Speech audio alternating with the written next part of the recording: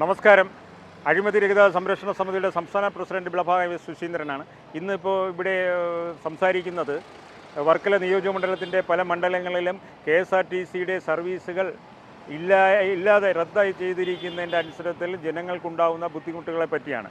നമുക്ക് ഏറ്റവും കൂടുതൽ എടുത്തു പറയേണ്ടത് വർക്കല വിളഭാഗം കടയ്ക്കാവൂർ റൂട്ടിൽ നിരവധി KSRTCയുടെ ബസ് സർവീസുകൾ ഉണ്ടായിരുന്നു. അത് വർക്കല കാപ്പിൽ നിന്ന് ആരംഭിച്ച് വിളഭാഗം വഴി കടയ്ക്കാവൂർ വഴി ട്രിവാൻഡ്രം മെഡിക്കൽ കോളേജിൽ പോകുന്ന 2 KSRTC സർവീസ് ഉണ്ടായിരുന്നു.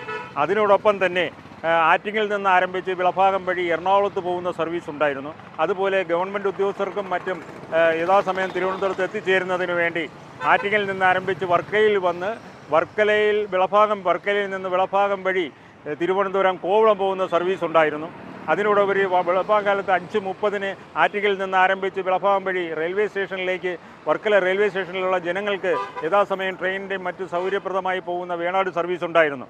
എന്നാൽ ഇപ്പോൾ നിലവിൽ ഈ പറയുന്ന സർവീസുകളെല്ലാം പൂർണ്ണമായി നിർത്തലാക്കപ്പെട്ടൊരവസ്ഥയാണ്. അതിനേക്കാൾ നമുക്ക് എടുത്തു പറയേണ്ടത് വർക്കല വിളഭാഗം കടയ്ക്കാർ റൂട്ടിലേക്ക് രാത്രി 7 മണി കഴിഞ്ഞാൽ യാതൊരു ബസ്സും ഇല്ലാത്തൊരവസ്ഥയാണ്. അപ്പോൾ ജനങ്ങൾക്ക് 7 മണി കഴിഞ്ഞാൽ വിളഭാഗം കടയ്ക്കാവൂർ ഭാഗത്തേക്ക് പോകാൻ ബസ് സർവീസ് ഇല്ലാത്തതുകൊണ്ട് അവർക്ക് ആട്ടോറിക്ഷയും മറ്റ് കാര്യങ്ങളെ ആശ്രയിക്കേണ്ടി വരുന്നു. അവർ വളരെയധികം യാത്രാക്ലേശമാണ് അനുഭവിക്കുന്നത്.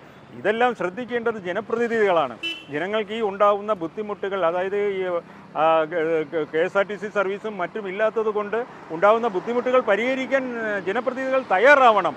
കിഴക്കൻ മേഖലകളിൽ ജോലിക്ക് പോകുന്ന മറ്റുള്ളവർക്കും വേണ്ടി വർക്കല, പാരിപ്പള്ളി, കുളത്തൂപ്പുഴ ട്രെയിൻ സർവീസ് ഉണ്ടായിരുന്നു. എന്നാൽ ഇപ്പോൾ നിലവിലില്ലാത്തൊരവസ്ഥയാണ് ഉണ്ടായിക്കൊണ്ടിരിക്കുന്നത്. അപ്പം മൊത്തത്തിൽ പറയുകയാണെങ്കിൽ വർക്കല നിയോജകമണ്ഡലത്തിൻ്റെ പല പ്രദേശങ്ങളിലും ഉണ്ടായിരുന്ന KSRTCയുടെ സർവീസുകൾ ഇവിടെ ഇപ്പോൾ നിർത്തലാക്കിയിരിക്കുകയാണ്. അത് ആരംഭിക്കേണ്ടത് വളരെ അത്യാവശ്യമാണ്. അതിനുവേണ്ടി ഇവിടുത്തെ അധികാരികൾ കണ്ണു തുറന്ന് പ്രവർത്തിക്കേണ്ടത് ആവശ്യം എന്നുള്ളതാണ് പറയാനുള്ളത്.